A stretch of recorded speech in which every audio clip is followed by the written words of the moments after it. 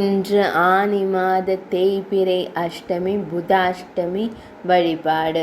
இப்படி வழிபாடு செய்தால் திருமணம் உடனே கைகூடும், பெரிய கடன்களும் தீரும். இன்றைய தினத்தில் இயன்றவரை பானகம், வெல்லம், வெல்லப்பாகு மட்டுமே உட்கொண்டு உபவாசம் இருப்பது சிறப்பு. சாகம்பரி தேவி மூலிகை சக்திகள் நிறைந்த அசோக மரத்தை தோற்றுவித்த திருநாள் புதாஷ்டமி தினமாகும். அமாவாசை அல்லது பௌர்ணமிக்கு பிறகு வரும் 8வது திதியானது அஷ்டமி எனப்படும். இந்த அஷ்டமி திதி புதன்கிழமை அன்று அமைய பெற்றால் அந்த தினத்திற்கு புதாஷ்டமி என்று பெயர். இன்று அதாவது ஜூன் மாதம் 18ஆம் தேதி புதாஷ்டமி தினமாகும். அளப்பரிய நன்மைகளை அள்ளித்தரும் வழிபாட்டிற்குரிய விரத தினமாக புதாஷ்டமி தினம் கருதப்படுகிறது. பொதுவாக அஷ்டமி தினமானது காளி, துர்க்கை, பைரவர், சப்தகன்னியர் போன்ற தெய்வங்களுக்குரிய வழிபாட்டு தினமாக கருதப்படும். குறிப்பாக அஷ்டமி திதிகளில் பைரவர் வழிபாடு சிறப்பானது. இன்று புதாஷ்டமி விரதம் இருந்தால் தொலைந்து போனது கிடைக்கும், கிடைப்பது நல்லதாக அமையும்.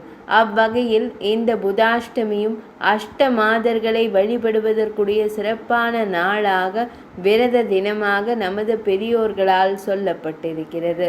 முன்னொரு காலத்தில் கௌசிகன் என்பவன் அவருடைய சகோதரி விஜயை ஆகியோர் கங்கை கரையில் வாழ்ந்து வந்தனர். ஒரு நாள் மேய்ச்சலில் இருந்த அவர்களுடைய அரிய வகை எருது ஒன்று காணாமல் போய்விட்டது. இதனால் பதறி தவித்து அலைந்தனர். அப்பொழுது பசியால் வாடிய கௌசிகன் கங்கை கரையில் புதாஷ்டமி விரத பூஜையில் ஈடுபட்டிருந்த தேவ மகளிரை கண்டு பசி அதிகமாக இருப்பதாகவும் ஏதாவது உணவு இருந்தால் தாருங்கள் என்றும் கேட்டான். அதற்கு அந்த பெண் பூஜையில் ஸ்ரத்தையாக ஈடுபடுவோருக்கு மட்டுமே தர இயலும் என்று கூறினாள்.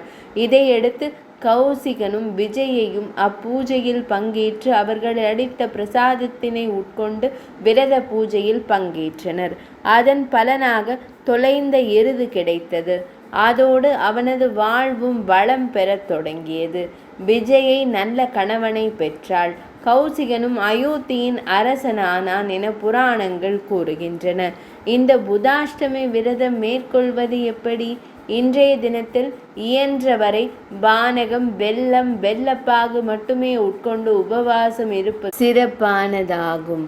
மாவிலைகளால் தைக்கப்பட்ட இலையில் கல்கண்டு கலந்த அன்னத்தினை இட்டு நிவேதித்து அஷ்டமாதர்களான பிராமி, மாகேஸ்வரி, கௌமாரி, வைஷ்ணவி, வாராகி, இந்திராணி, சண்டி மற்றும் சாமுண்டி ஆகியோரை வழிபட வேண்டும். அந்த அன்னத்தை தானம் செய்வதாலும் அறிவாற்றல் சிறக்கும், மூளை பலம் உண்டாகும், முன்னோர்களின் ஆசிகள் கிட்டிடும். இந்த நாளில் எழுது பொருள்களை தானம் செய்வதால் வித்யா கடாட்சம் உண்டாகும். புதன் கிரகமானது புத்திக்கு உரிய காரகத்துவம் உடைய கிரகம். கற்றலில் மந்தமானவர்கள், மூளை திறன் குறைந்தவர்கள், மந்த புத்தி உடையவர்கள், படிப்பினை கண்டு அஞ்சுபவர்கள், குழப்பமான நிலையில் இருப்பவர்கள், தாழ்வு மனப்பான்மை உடையவர்கள் ஆகியோர் புதாஷ்டமி அன்று விரதமிருந்து இறை வழிபாடு செய்திட அந்த பிரச்சனைகளிலிருந்து நிரந்தர நிவாரணம் பெற முடியும். சிவாலயங்களில் உள்ள பைரவர் சன்னதியில் செவ்வரளி மாலை அணிவித்து வணங்க வேண்டும்.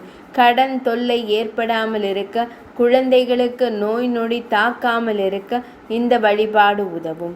மேலும் பெண்களுக்கு தடையின்றி திருமணம் நடக்க இந்த விரதத்தை அனுஷ்டிக்க வேண்டும். சாகம்பரி தேவி மூலிகை சக்திகள் நிறைந்த அசோக மரத்தை தோற்றுவித்த திருநாள் புதாஷ்டமி தினமாகும். எனவே புதனும் அஷ்டமியும் கூடும் தினங்களில் ஆலயங்களில் உள்ள அசோக மர தரிசனம் மற்றும் மரத்தை வலம் வருதல் விசேஷமானது. மருத்துவ குணம் கொண்டது அசோக மரம்.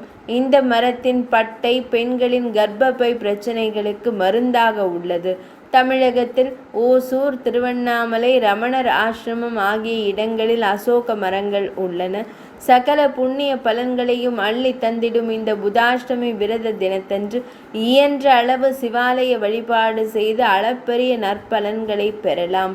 பெண்கள் இன்று புதாஷ்டமி திதியில் ஸ்ரீ கால பைரவரை வணங்கி புனிதமான நல் வரங்களை பெற வேண்டிய பைரவ பூஜை செய்யலாம். இன்று பஞ்ச எண்ணெய் தீபம் ஏற்றி வழிபடுவது மிகவும் நன்று. 5 வகை எண்ணெய் கொண்டு ஏற்றப்பட வேண்டும் தீபம்.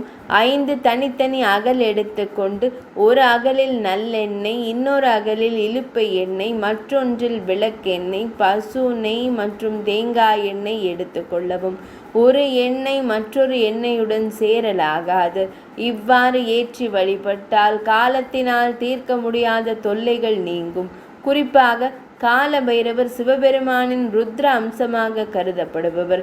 சிவனாரின் நெற்றிக் கண்ணிலிருந்து தோன்றியவர். இதனால் உக்கிரமான ஆற்றல் அவரிடம் நிரம்பியுள்ளது. சிவாலயங்களில் வடகிழக்கு திசை நோக்கி இருக்கும் பைரவரை வழிபட்டால் உடனடியாக அவரது அருள் கிடைக்கும் என்பது ஐதீகம். பைரவரை ஒருவர் எந்த அளவிற்கு வழிபடுகிறாரோ அந்த அளவிற்கு அவரிடம் வாழ்வில் உள்ள அனைத்து பயங்களும் நீங்கிவிடும். பயம் நீங்கினால் தானாகவே வாழ்வில் மகிழ்ச்சி உண்டாகும்.